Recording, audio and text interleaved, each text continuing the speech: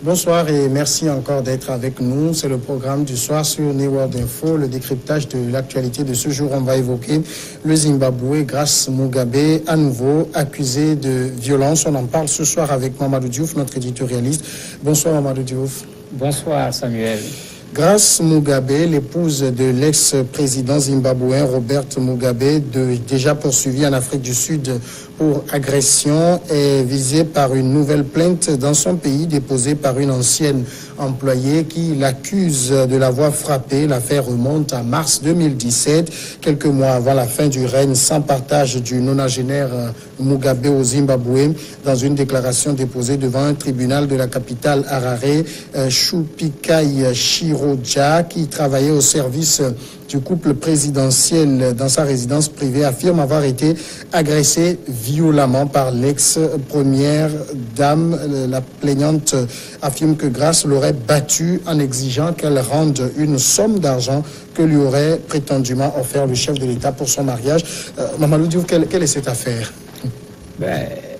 La question qu'on se pose, c'est qu'est-ce que Grace veut encore, épouse de Mugabe, j'allais dire même épouse gâtée de Mugabe, connue pour ses périples à l'étranger pour aller collectionner du luxe. Si le président Mugabe offre de l'argent à une de ses employées à une occasion aussi particulière que le mariage, mais on est dans du normal.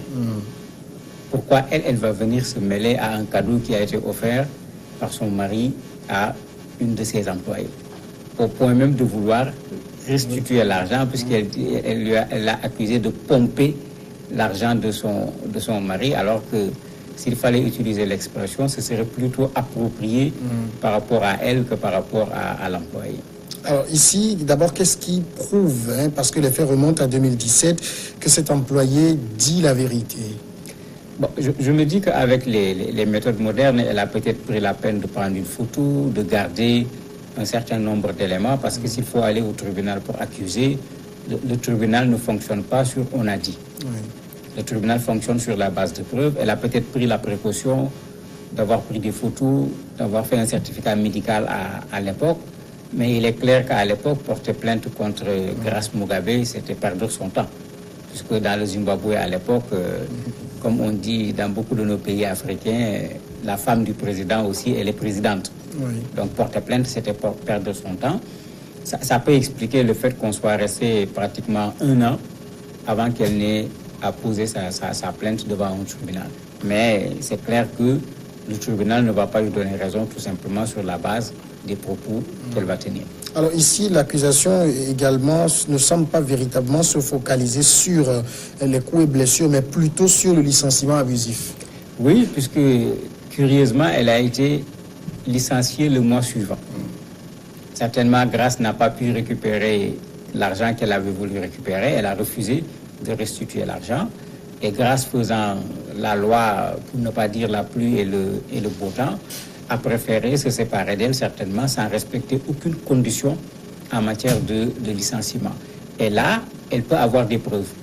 Parce que quand on licencie quelqu'un, quand on respecte les règles, il y a des documents qui sont signés, il y a tout un ensemble de choses qui sont faites.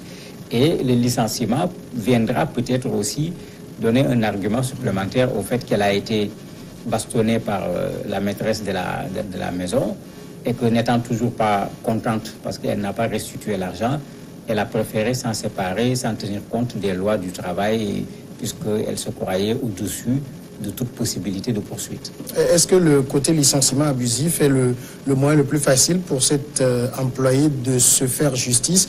Parce que si elle attaquait pour violence, coups et blessures, elle risque peut-être d'être dans une très longue procédure. Oui, pour les violences, il faut des preuves.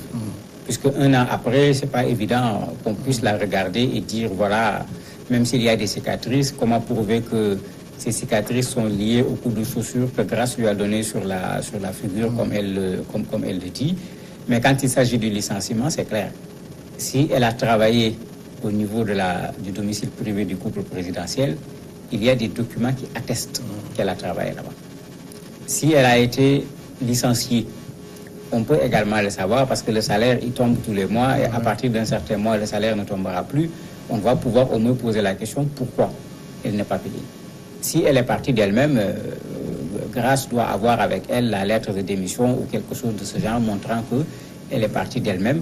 Donc pour un dossier sur le plan juridique, avec tout ce qu'il y a comme protection concernant le travail, il est plus facile de l'attaquer sur cette question de licenciement abusif que sur la question de l'agression, parce que là-bas, il va falloir sortir des preuves et si elle ne les avait pas gardées à l'époque, il va être difficile aujourd'hui de constituer ces preuves. En tout cas, l'affaire qui accable Grace Mugabe du côté sud-africain peut aussi être un argument supplémentaire utilisé par l'avocat de la nouvelle plaignante. L'avocat va l'utiliser. Ça, c'est clair que pour montrer que sa cliente a raison, l'avocat va certainement évoquer le cas en Afrique du Sud, puisque ça se présentait à peu près de la même façon. C'est Grace qui était là, fâchée, qui se lève, qui s'en prend à une dame encore. Donc, ça peut être utilisé comme un argument en disant que peut-être ce n'est peut-être pas la première ou la deuxième fois. Et c'est à voir même, est-ce que la plainte de cette dame ne va pas entraîner une avalanche de plaintes s'il y a d'autres personnes qui ont été victimes de Grace à l'époque, puisque aujourd'hui elle est en disgrâce, il sera facile de porter plainte contre elle, ce qui n'était pas le cas quand elle était la première dame du Zimbabwe. Mais dans le cas sud-africain, depuis également cette plainte, rien n'a semblé bouger sur le dossier. Oui, il ne faut pas oublier que dans le cas sud-africain, à l'époque, le président Zuma avait joué, puisqu'elle a failli être arrêtée sur place, puisque la procédure est allée extrêmement vite au niveau de l'Afrique du Sud à l'époque.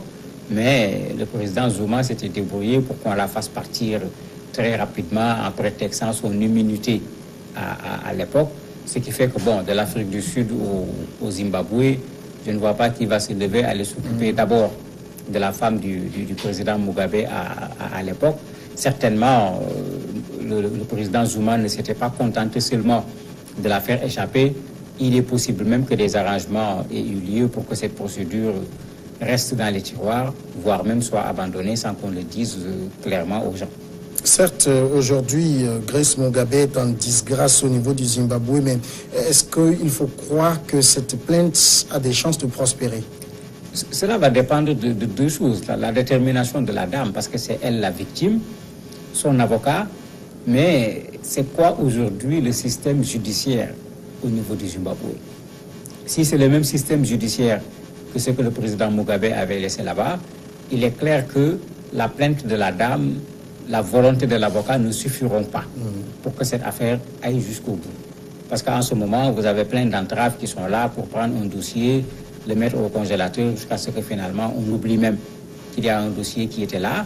Quelle sera l'attitude du président actuel qui a été à la limite évincé par Grace? Est-ce qu'il va en profiter pour lui dire voilà, c'est à ton tour maintenant de venir répondre? Ou bien est-ce qu'il va considérer que c'est la femme de mon ancien compagnon?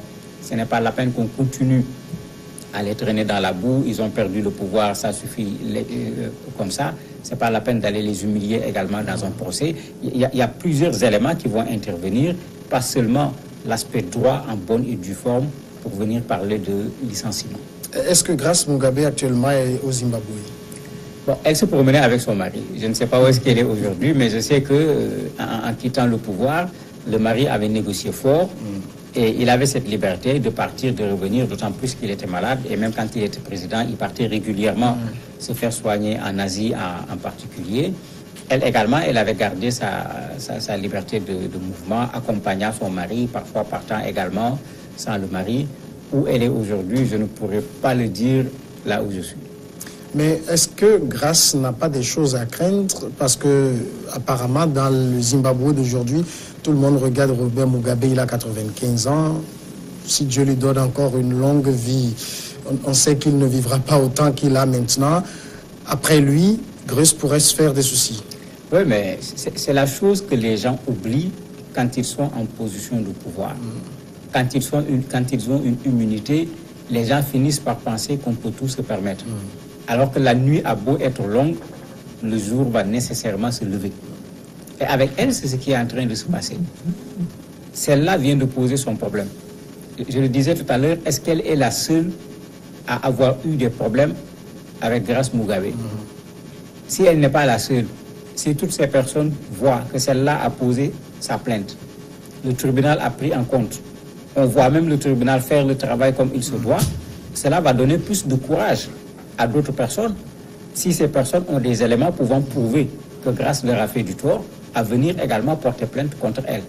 Et même avec Mugabe aujourd'hui, je ne vois pas en quoi le président Mugabe peut lui accorder une protection véritablement, surtout si elle est accablée par des plaintes. Est-ce que le président même ne va pas s'en débarrasser, parce qu'il ne faut pas qu'on oublie qu'elle est en partie responsable de la chute de Mugabe, en voulant exclure nécessairement le président actuel, en voulant elle-même prendre la place du président de la République. Donc dans leur situation actuelle, elle n'a pas à se plaindre de quelqu'un, elle-même, elle a joué un rôle dans cette situation.